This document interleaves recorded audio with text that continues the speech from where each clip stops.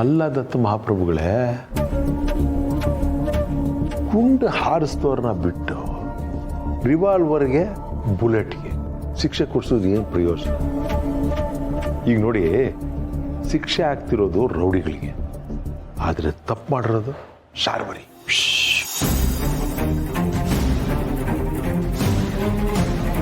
ಮಾವ ಏನಂದ್ರೆ ನೀವು? ನಾನೇನಂದೆ? ರೌಡಿಗಳಿಗೆ ಶಿಕ್ಷೆ ಆಗಲಿ ಹಿಂದೆ. ಇಲ್ಲ ಮಾವ, ನೀವು ನನ್ನಿಂದ ಯಾವ್ದೋ ವಿಷಯನ ಮುಚ್ಚಿಡ್ತಿದ್ದೀರಿ. ನೀವು ಶಾರ್ವರಿ ಹೆಸರನ್ನ ಯಾಕೆ ಹೇಳಿದ್ರಿ? ಈ ಆಕ್ಸಿಡೆಂಟ್ಗೂ ಅವ್ರಿಗೂ ಏನ್ ಸಂಬಂಧ? ನೀವ್ ಹೇಳಿಲ್ಲ ಅಂತಂದ್ರೆ ನಾನ್ ಮಾತ್ರ ಸುಮ್ಮನಿರಲ್ಲ. ಈಗೇನು ನೀವ್ ಹೇಳ್ತಿರೋ ಇಲ್ವೋ? ಅದನ್ನು ನಾನು ಹೇಳ್ತೀನಿ. ಆ ಆಕ್ಸಿಡೆಂಟ್ಗೆ ಮೂಲ ಕಾರಣನೇ ಶಾರ್ವರಿ.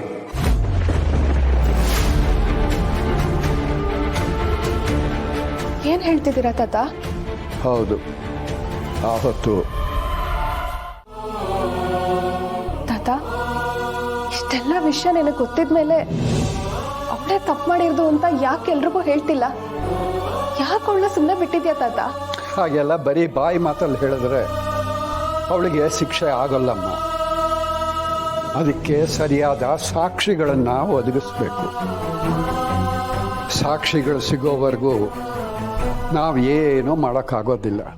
ಅದಕ್ಕೆ ಅವಳು ಇವತ್ತಿನವರೆಗೂ ಮೆರೀತಾ ಇರೋದು. ಆಮೇಲೆ ಇನ್ನೊಂದು ವಿಷಯ, ಏನ್ ತಾತ?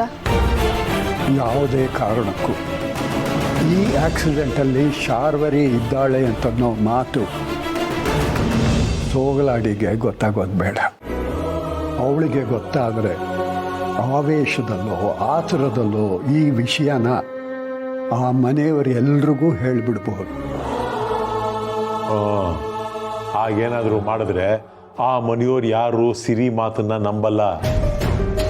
ಆ ಮನೆಯವ್ರಿಗೆಲ್ಲ ಶಾರ್ವರಿ ಮೇಲೆ ವಿಪರೀತವಾದ ನಂಬಿಕೆ. ಸರಿಯಾದ ಸಾಕ್ಷಿಗಳು ಸಿಗೋವರೆಗೆ ಈ ವಿಷಯನ ಸೋಗಲಾಡಿಗೆ ಹೇಳೋದು ಬೇಡ. ಸರಿ ತಾತ, ಹಾಗೆ ಆಗ್ಲಿ. ಆದ್ರೆ ಆ ಶಾರ್ವರಿಗೆ ಮಾತ್ರ ಸುಮ್ಮನೆ ಬಿಡ್ಬೇಡಿ. ಅವಳು ಮಾಡಿರೋ ತಪ್ಪಿಗೆ ತಕ್ಕ ಶಾಸ್ತಿ ಆಗ್ಲೇಬೇಕು. ಅಲ್ವಾ ಪುಣ್ಯ? ಅಂತೂ ನಾವು ಪಟ್ಟಿದ್ದ ಹೋರಾಟಕ್ಕೆ ತಕ್ಕ ಫಲ ಸಿಕ್ತು. ನಾವು ಅಷ್ಟೆಲ್ಲ ಕಷ್ಟಪಟ್ಟಿದ್ದು ಸಾರ್ಥಕ ಅನಿಸ್ತಿದೆ. ನಿಧಿ ಮುಖದಲ್ಲಿ ಎಂಥ ಸಂತೋಷ ಆಯ್ತು ನೋಡ್ದೆಯಾ? ಅವಳು ಆ ಮನೇಲಿ ಯಾವಾಗಲೂ ಸಂತೋಷವಾಗಿರ್ಬೇಕು. ಅಮ್ಮ ಯಾವಾಗಲೂ ಒಂದು ಮಾತು ಹೇಳೋರು, ಇನ್ನೊಬ್ರು ಇಷ್ಟಗಳನ್ನ ಈಡೇರಿಸೋದ್ರಲ್ಲಿ ಸಿಗೋ ಆನಂದ ಕೋಟಿ ಕೊಟ್ಟರು ಸಿಗಲ್ಲ ಅಂತ. ನಿಧಿ ಇಷ್ಟಪಟ್ಟ ಹಾಗೆ ಅವಳು ಮದುವೆ ಮಾಡಿಕೊಟ್ವಲ್ಲ, ನಿಜವಾಗ್ಲೂ ಇದು ಕೋಟಿ ಕೊಟ್ಟರು ಸಿಗದೇ ಇರೋ ಆನಂದನೇ. ನನಗೆ ಗೊತ್ತು ರೀ, ಈ ಗುಣ ನಿಮ್ಮಲ್ಲೂ ಇದೆ. ಅದಕ್ಕೆ ತಾನೇ ನನಗಿಷ್ಟ ಅಂತ ನೀವು ರಸಗುಲ್ಲ ತರಿಸಿದ್ರಿ. ರಸಗುಲ್ಲನ? ಏನು ಹೇಳ್ತಿದ್ಯಾ ಪುಣ್ಯ? ರಸಗುಲ್ಲ ನಾನು ಆರ್ಡರ್ ಮಾಡಿಲ್ಲ. ತಮಾಷೆ ಮಾಡಬೇಡಿ. ಇನ್ನೊಬ್ರು ಇಷ್ಟ ಏನು ಅಂತ ತಿಳ್ಕೊಂಡು ಅವ್ರು ಕೇಳೋಕ್ಕೂ ಮುಂಚೆ ಅದನ್ನ ಈಡೇರಿಸೋದು ನಿಮ್ಮ ಸ್ವಭಾವ ಅಂತ ನನಗೆ ಗೊತ್ತು. ಅದೇನೋ ಹೌದು, ನಿನ್ಗೇನೇ ಇಷ್ಟ ಆದರೂ ಅದನ್ನು ನೀನು ಕೇಳೋ ಮುಂಚೆ ತರಬೇಕು ಅನ್ನೋದು ನನ್ನ ಆಸೆ. ಆದರೆ ರಸಗುಲ್ಲನ ನಾನು ತಂದಿಲ್ಲ, ಅದ್ರ ಬಗ್ಗೆ ನನಗೆ ಗೊತ್ತೂ ಇಲ್ಲ. ಏನ್ರಿ ನೀವು, ನನಗೆ ರಸಗುಲ್ಲ ಇಷ್ಟ ಅಂತ ಅಮ್ಮನ ಹತ್ರ ಹೇಳ್ತಿದ್ದೆ. ಅದನ್ನ ಕೇಳಿಸ್ಕೊಂಡು ನೀವೇ ಅದನ್ನ ತರಿಸ್ತೀರಂತ ನನಗೆ ಚೆನ್ನಾಗಿ ಗೊತ್ತು. ಓ, ಅಮ್ಮನ ಹತ್ರ ಹೇಳಿದ್ಯಾ? ಹಾಗಿದ್ರೆ ಅಮ್ಮನೇ ತರಿಸಿರ್ಬೇಕು. ಇಲ್ಲ ರೀ, ಅಮ್ಮ ನನ್ನ ಜೊತೆನೇ ಇದ್ರು. ಅಮ್ಮ ತರಿಸಿರೋದಲ್ಲ. ರಸಗುಲ್ಲನ ಅಮ್ಮನೂ ತರಿಸಿಲ್ಲ, ಇವರು ತರಿಸಿಲ್ಲ ಅಂತಿದ್ದಾರೆ. ಅಂದಮೇಲೆ ಅದನ್ನ ಯಾರು ಆರ್ಡರ್ ಮಾಡಿರ್ಬೋದು? ಏನು ಆಗಲ್ಲ ತಾತ. ನಾಮಕರಣ ಖರ್ಚೆಲ್ಲ ನಾನೇ ಮಾಡಬೇಕು ಅಂತ ಆಸೆ ನಂಗೆ.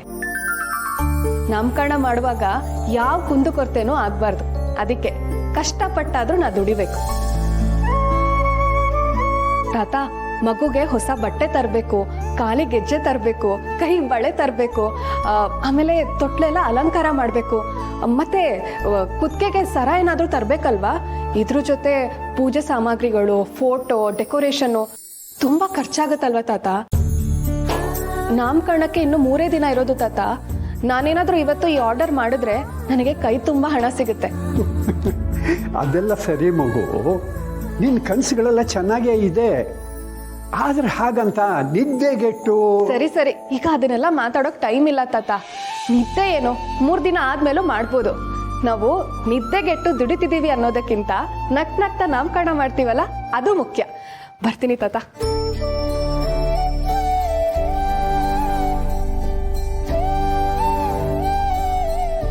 ನೋಡಿದ್ಯಾ ಜುಗ, ಈ ಮನೆಯಲ್ಲಿ ಒಂದು ಹುಲ್ಕಡ್ಡಿನ ಇಲ್ಲಿಂದ ಅಲ್ಲಿಗೆ ಎತ್ತ ಹಾಕದೇ ಇದ್ದವಳು ಇವಳು. ನಿನ್ನ ಸೊಸೆ ಚೆನ್ನಾಗಿರ್ಬೇಕು ಅಂತ ಕಾಳಜಿ ನಿನಗೆ ನಿಜವಾಗ್ಲೂ ಇದ್ರೆ, ಎಲ್ಲೋ ದೂರದಲ್ಲಿ ಕೆಲಸ ಮಾಡ್ತಿರೋ ನಿನ್ನ ಮಗನ್ನ ಕರೆಸು. ನಿನ್ನ ಕಣ್ಣು ಮುಂದೆನೆ ನಿನ್ನ ಮಗ ಸೊಸೆ ಬಾಳ್ವೆ ಮಾಡ್ಲಿ ಕಣೋ. ಅಲ್ಲ ಕಣೋ, ಈಗ ಇಬ್ರು ಹೇಗಿದ್ರು ದುಡಿತಿದ್ದಾರಪ್ಪ ಅಲ್ವಾ?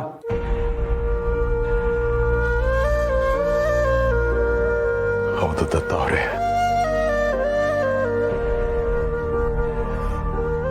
ದುಡ್ಡಿನ ಆಸೆಗೆ ಮಗ ಚೆನ್ನಾಗಿ ದುಡಿಲಿ ಅನ್ನೋ ಒಂದು ಕಾರಣಕ್ಕೆ ಯಾವುದೋ ದೂರದ ಊರಿಗೆ ಅವನನ್ನ ಕಳಿಸ್ಬಿಟ್ಟೆ. ಮಗ ಸೊಸೆ ಇಬ್ರು ದೂರ ಆಗೋದಕ್ಕೆ ನಾನೇ ಕಾರಣ ಆಗ್ಬಿಟ್ಟೆ. ದತ್ತ ಅವರೇ, ಆದಷ್ಟು ಬೇಗ ನನ್ನ ಮಗನ್ನ ವಾಪಸ್ ಕರೆಸ್ತೀನಿ.